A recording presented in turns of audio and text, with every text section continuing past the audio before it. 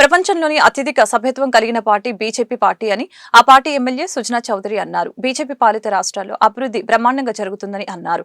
మోడీ పాలనలో భారతదేశం పేదరికం లేని దేశంగా అవతరించిందని చెప్పారు. విజయవాడ వరద బాధితులకి ఎన్డీఏ కూటమి ప్రభుత్వం అన్ని విధాలుగా అండగా నిలిచిందని అన్నారు.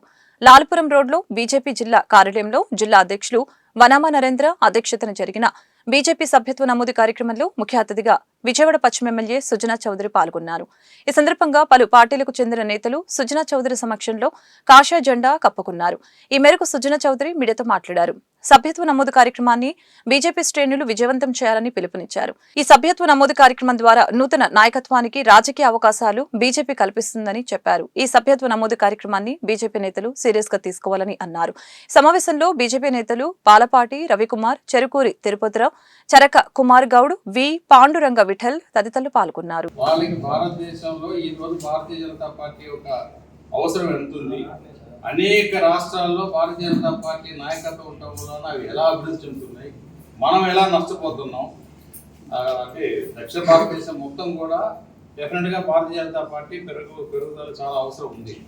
దక్షిణ భారతదేశం నుంచి కేంద్ర ప్రభుత్వంలో మనకు ఆవశ్యకత కూడా పెరగాలి అంటే డెఫినెట్గా భారతీయ జనతా పార్టీలో మెంబర్షిప్ తీసుకోవాలి, యాక్టివ్ మెంబర్షిప్ తీసుకోవాలి. యాక్టివ్గా పార్టిసిపేట్ చేస్తేనే మనకి కేంద్ర ప్రభుత్వంలో అక్కడ సంఖ్యా రాజకీయమైన ఏదైనప్పటికీ కూడా మనకు కావాల్సినవి మనకు నష్టం జరగకుండా, మన దక్షిణ భారతదేశానికి ఆంధ్రప్రదేశ్కి నష్టం జరగకుండా తెచ్చుకోవడానికి అవకాశాలు ఉంటాయని ఇది విపులంగా చెప్పి మన కుల మత ప్రాంతీయ భేదాలకు అతీతంగా అందరూ కూడా భారతీయులే కాబట్టి వాళ్ళందరికీ కూడా చెప్పి యువతరాన్ని బాగా మెంబర్షిప్ చేయించి, దాంతోపాటు మీకు అందరికీ తెలిసిన విషయమే మహిళా రిజర్వేషన్ బిల్లు కూడా పాస్ అయ్యింది.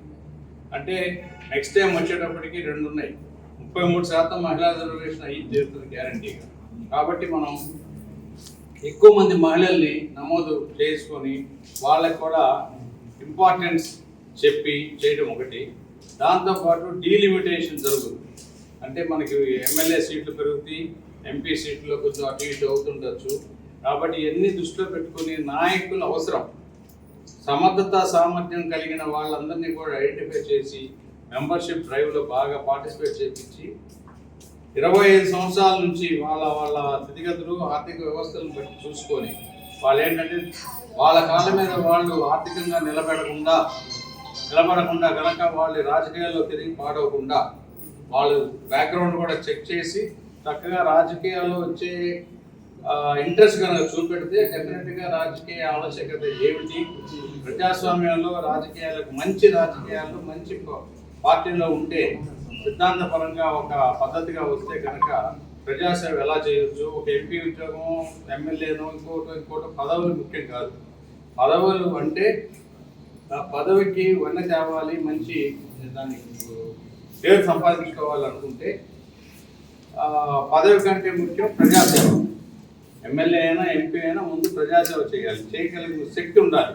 ఆ పదవి ద్వారానే ఆధారపడి ఉండే వ్యక్తిత్వాలు కాకుండా మంచి వాళ్ళందరినీ కూడా మీరు ఐడెంటిఫై చేసి వాళ్ళని కన్విన్స్ చేసి